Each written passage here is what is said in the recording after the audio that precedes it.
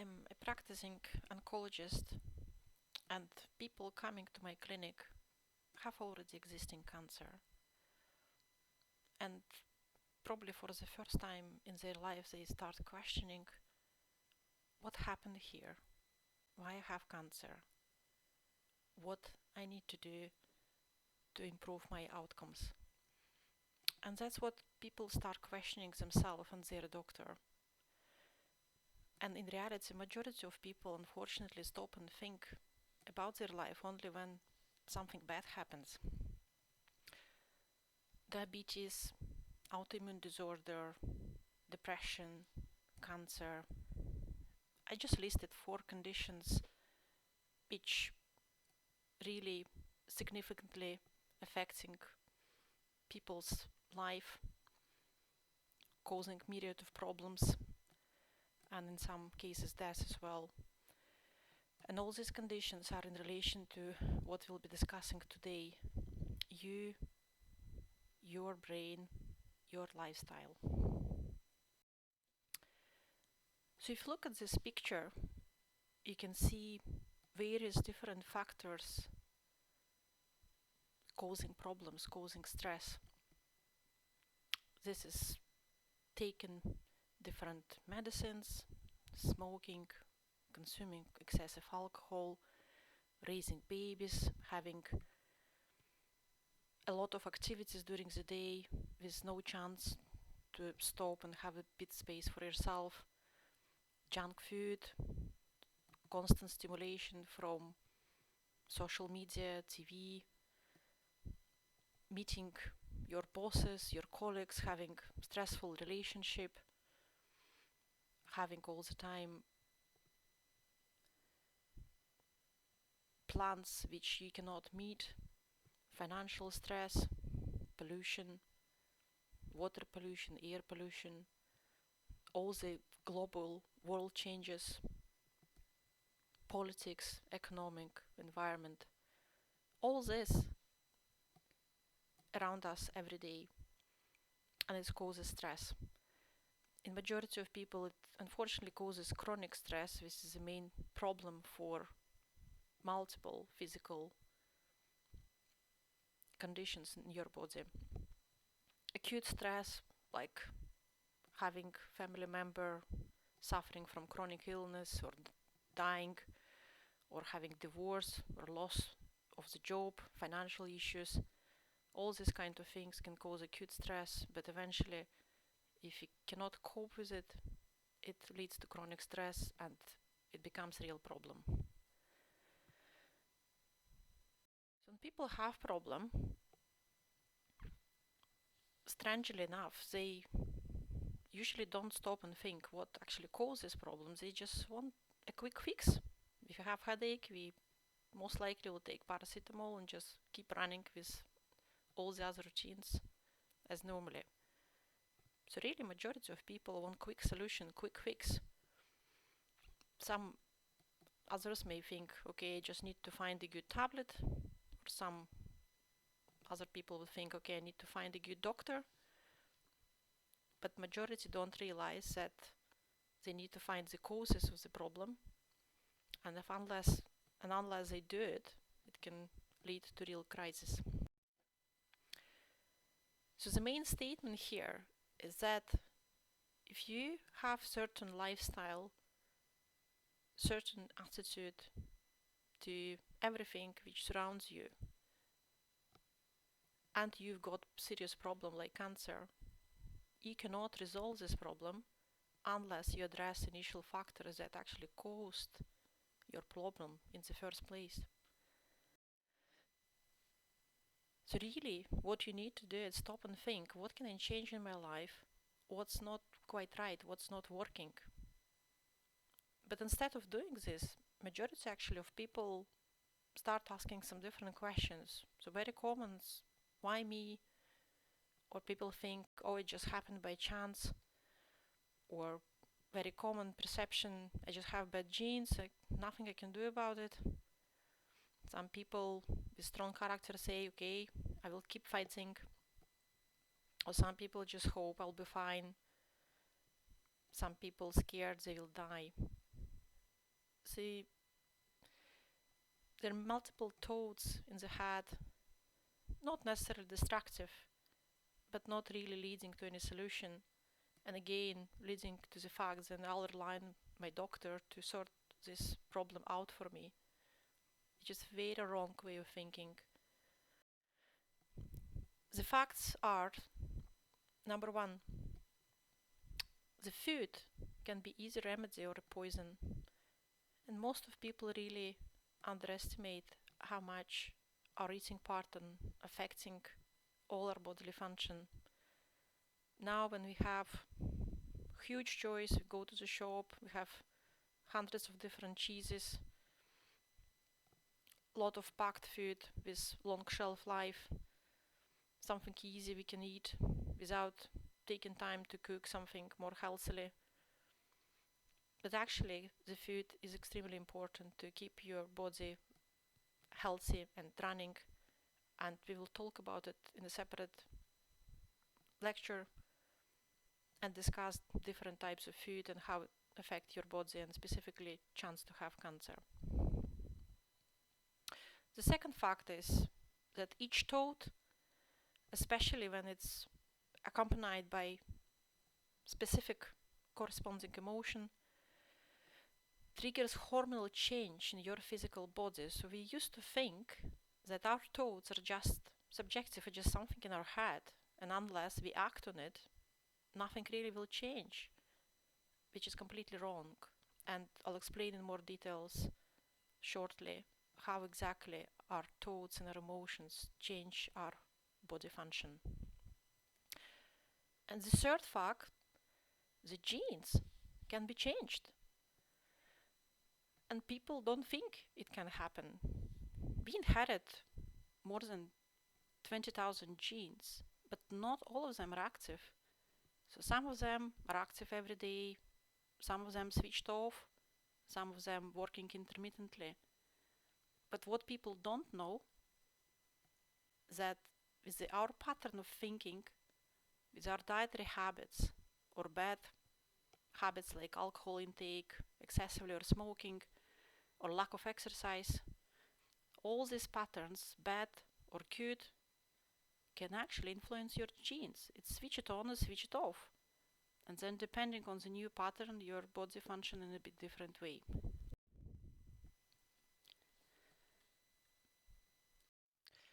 Surely we all have different thoughts and emotions during the day, which is completely normal. We don't need to deny them. But if we take thinking patterns, then certainly there are specific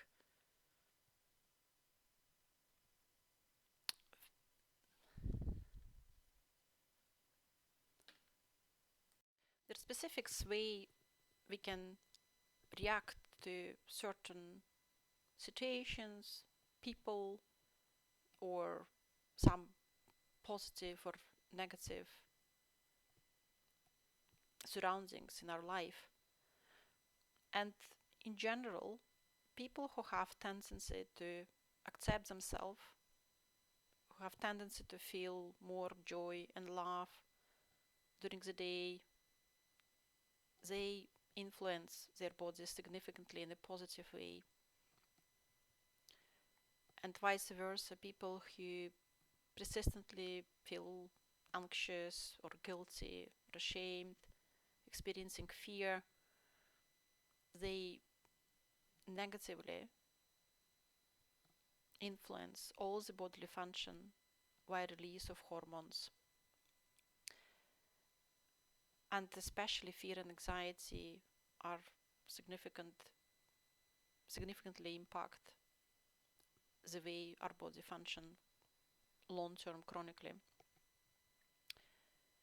Each time people laugh or have positive state of mind, again there is release of hormones, positive hormones, which influence immune system and all the body function in a positive way, as well as being honest, being kind and helping others. All this again impacts the way your body function. most commonly, when people feel anxious or fearing something, it's actually their past or the future. So what's important is to stay in the present moment and just accept what it is now. Very commonly we'll just be caught by internal dialogues about somebody doing something bad to us, having stressful conversations, or something we think may happen in the future which causes us distress. So the point is, so most of our fears and anxieties come from the past events or anticipating some future events, which is completely wrong, because we only can influence and control what's happening now. Anything which happened, we are not in control of it anymore. And anything which may happen in the future, again, may not happen at all. There is no point to be fearing something which may never happen. It's easier said than done, but if we consciously watch our thought process, then we will be able to try and adjust it, and with some time, with working, we may change it to very positive pattern of thinking, and when we create this habit, we will change our personality.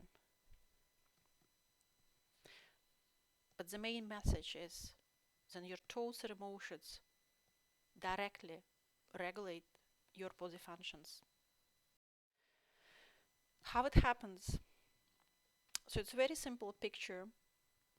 On the left you see head with brain and limbic system.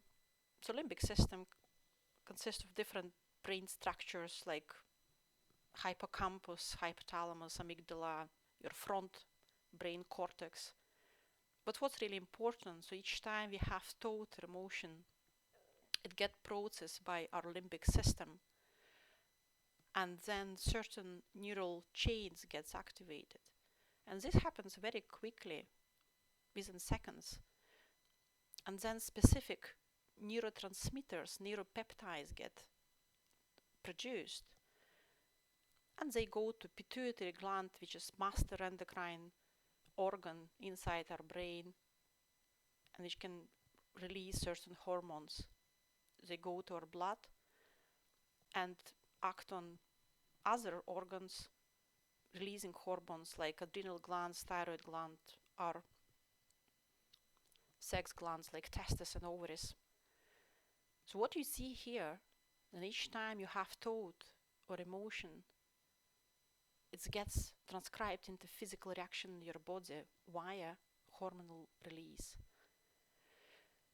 And what's most important, each time you think something, if it's even not happening now, and you're thinking an episode from your past life, your brain recognizes it like it's happening now, and the hormonal release happening immediately, regardless whether you're thinking about past events or potential future events or something else.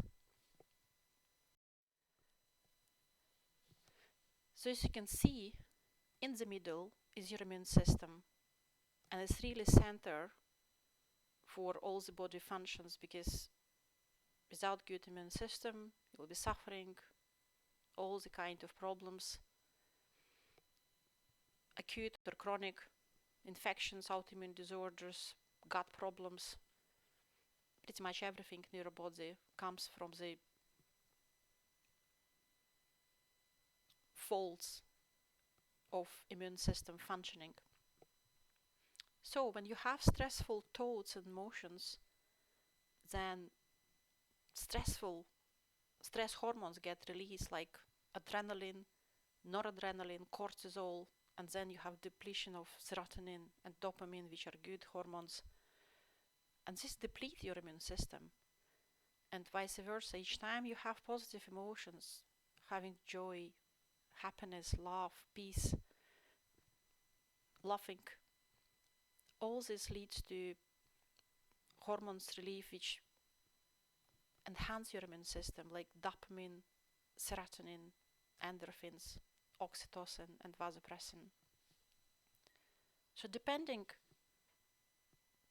what we do during the day, what we think, what we say, how we react to different scenarios, we all the time have release of sort of pulse release of hormones depending on the positive or negative emotions, and these hormones affect our immune system in a positive or a negative way.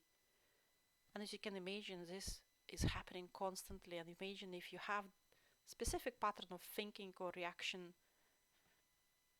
chronically all the time, like having specific type of personality, then certainly your immune system may get depleted over months and years of specific response to surroundings in an irritative, non-happy way, and then it affects all your body function in very objective physical way.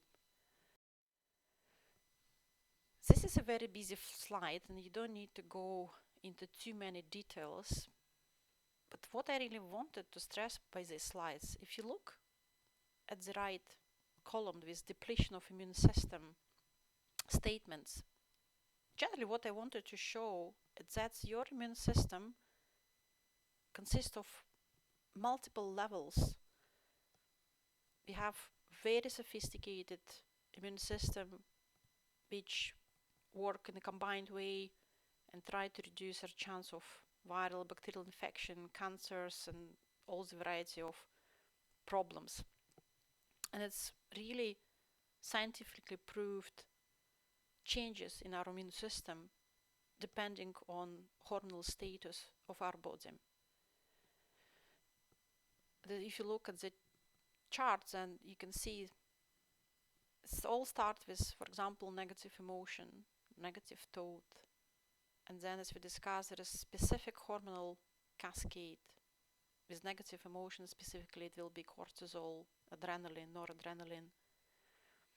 If it's short-term response, then potentially your immune system may be enhanced just temporarily. It's like if you somewhere in the forest and you suddenly see a tiger, it's very normal to have cortisol and adrenaline released because it will help your body fight or run away and give you really enhanced response in that minute, which will be positive but only short term. However, what happens in real life with all the variety of stressful factors we already described in the previous slide, you suffer long-term immune system depletion, because if you have all the time stress hormones released, your body accepts it as a like normal state and start to adjust to this fakely normal state with all the hormonal changes and depletion of immune system, which eventually leads to chronic stress. And then chronic stress certainly cannot help you to be positive and thinking in a positive way about surroundings. And you start to feel then this world is not a friendly place at all. And then you have this vicious circle which is very difficult to disrupt. And with chronic stress, your body will have oxidative stress, damaging all variety of cells in your body, and also telomere shortening. And we'll talk about telomere in the next slides. Yes, it's very natural to have whole range of different thoughts and emotions, and we don't need to deny them, we don't need to try to block them. That's the worst case scenario. We need to feel all the emotions, but also you don't need to associate you with certain thoughts or emotions you have.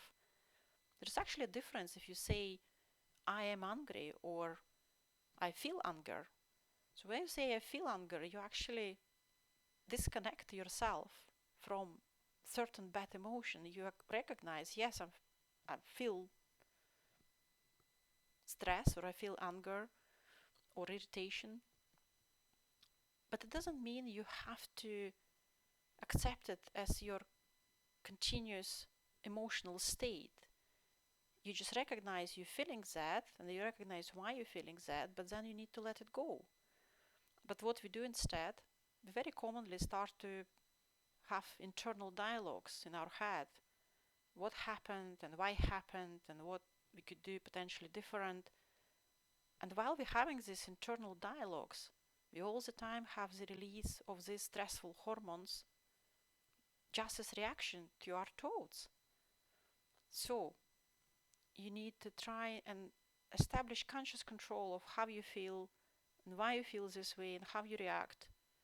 And then actually, surprisingly, you'll find out that many factors from surroundings you cannot control anyway. So there is no point to feel bad about them in a prolonged way.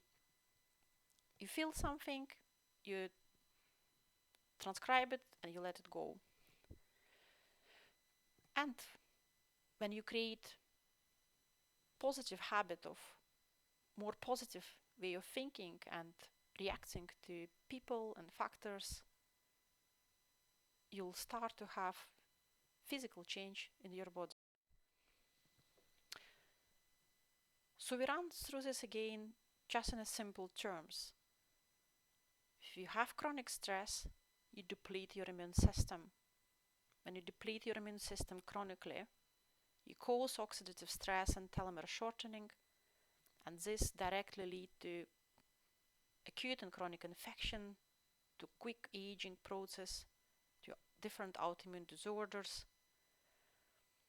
And then with oxidative stress, the oxygen species start to damage your cellular components, and all this lead to chronic inflammation, which is baseline for cancer creation. So, what are the telomeres? If you see on the left cell, any cell in your body have nuclear structure,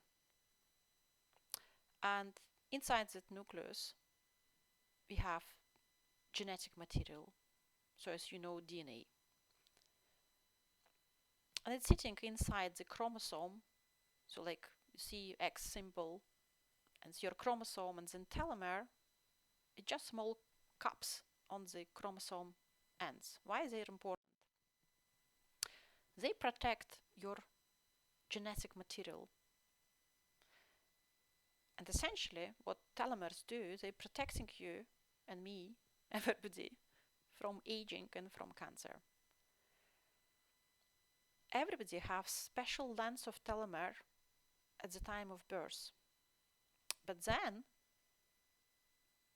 it's shortening with age, but also it can be shortened with a specific lifestyle. When it becomes too short, it cannot protect our genetic material anymore, so cells cannot divide safely anymore. And this is the background process for aging and also for having cancer. So the very simple statement is the shorter telomeres are, the shorter is the lifespan. So our thoughts and our words actually physically change how we function, and also way of thinking change the genes by switching on and switching off specific genes with specific functions affecting our body. Each time we have words or thoughts, it's actually measurable electromagnetic activity. And that's been proven multiple times in different trials. So when we say something, the speech produces specific vibrations, and different sounds can cause specific vibration influencing environment and living organisms. Each time we have thoughts or words, we can actually see the difference of electromagnetic activity inside our brain. It can be captured by different imaging. And certainly again, we're coming back to the main idea, then depending whether it's positive or negative thoughts, you have different specific physiological changes in your body via hormones. I always say to my children, and keep saying because they still don't listen to me, if you have nothing good to say, just say nothing.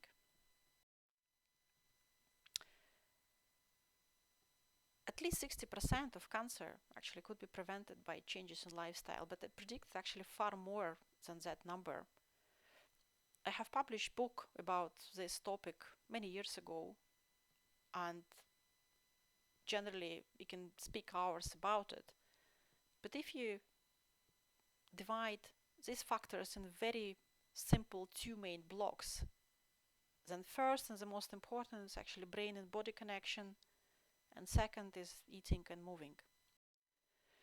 We will talk about food in different talk. I'll try to go to more details about food and how it influences our body. If you take it very simple way, if somebody consumes dead food all the time, so what dead food means, not containing vitamins, enzymes, specific elements which are good for a body, then long term you'll cause significant metabolic change in your body, and your cells cannot accept any more glucose in normal way. It's leading to diabetes, and diabetes means chronic damage of your vessels, small and large, so virtually all the vessels in the body get affected. And eventually all this metabolic shutdown causes chronic inflammation, oxidative stress, chronic immune system depletion, and all this background for cancer. So in very simple terms, live food, it's any fruits and vegetables, especially fresh, all different types of mushrooms, all different types of seeds and nuts, all kinds of green leaves. It's good to be vegetarian. More and more trials stating that vegetarian people do better long term. However, if you not keen to be vegetarian, that's absolutely fine, but then you need to opt more for fish and poultry, so like chicken, turkey, duck, compared to red meats. So probiotics and prebiotics, again we'll talk about it later on, and crucially important, clean water, which should be filtered. So dead food, anything with long shelf life, because it definitely will contain some chemicals. So any processed food, each time you look at the label, you'll be surprised how many chemicals included inside the processed food. And in fact, even if you try to find bread without something bad inside it, it will be very challenging.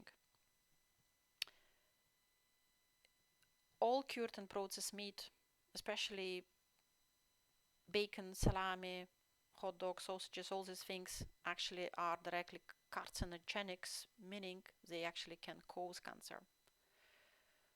People think breakfast cereals are very good for them, but in fact they have very high glycemic index, meaning they'll increase your sugar level significantly. But certainly there are exceptions, like plain oatmeal or bran flakes or any muesli and granola with no added sugar. They're fine, and they will be healthy choice for your eating. And obviously anything artificially created, like sweets, cakes, chips, biscuits, not good. They're dead foods. They don't contain anything good for you. Fizzy drinks as well contains a lot of sugar, and if it's sugar-free then obviously, and sweet, then it will be containing some sweeteners, which even worse, and again have carcinogenic effect. So food is crucially important, and as we previously discussed, it may directly affect your genetic material and telomere shortening. For example, if pregnant woman will be consistently consuming junk food, massively overweight, she already switch her genes and shorten telomeres. And then this altered genetic pattern will be inherited, unfortunately, by her baby. So children will be born with shortened telomeres, and they already have as a baseline potentially reduced life expectancy, but certainly depending on their lifestyle, situation can be further impaired or improved. But in general, shortened telomeres associated with quicker aging process and higher chance to have cancer. Inheritance sets the baseline, but it's your choice what habits you'll have, and then depending on your lifestyle habits and way of thinking, you'll determine the slope of decline of telomere shortening. So the facts we already discussed, and genes can be changed, and with our lifestyle we can switch on and switch off specific genes and body functions. And then we pass our new set of genes to our children. Bad mental and social habits, poor diet, smoking, excessive alcohol, lack of moving, all cause telomere shortening, and our children inherit shortened telomeres from us. That's what I can see in my clinic. Somebody comes being 8-year-old, and they actually quite strong. They may go through chemotherapy or radiotherapy or both without major problems. Certainly having a degree of frailty because of the age, but in general they seems to be stronger compared to more middle generation, like at my age, or somebody younger between 20 and 40. Because what I see, the younger is patient suffering from cancer,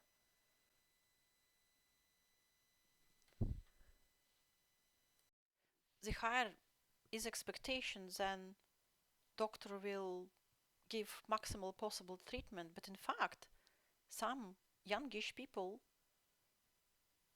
actually not as strong as older people, and as soon as you start to intervene, they fall apart.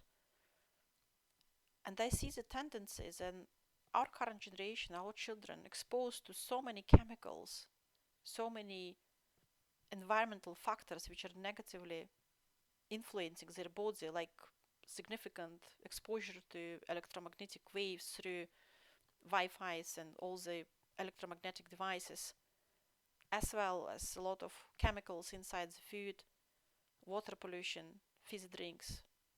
All these really bad habits influence our children's genes at the very beginning of their life, leading to dramatic and long-term bad consequences. So just to summarize, have to protect our telomeres, but generally meaning have to protect ourselves from too quick aging process and from cancer. It's to eat healthily and maintain a healthy weight as much as possible. Reduce stress by mainly our thoughts, our emotions, and attitude process. And there is no point to be stressed about things which you can't change anyway. But it comes with practice and exercise. It's not easily changed, but we can all work on this. Try to avoid smoking and pollution, especially water and air pollution, and exposure to electromagnetic devices, and exercise regularly. Again, people who think running long-term marathons or doing heavily exercise may not find then it's actually very positive. Everything which causes stress long-term and chronically won't be good for you. So everything you choose to do should be in a balanced way. So, as a conclusion, it's not a good doctor. It's you who can make life-saving changes. So doctor can start standard treatment for cancer and give more time to apply your intended changes in your life.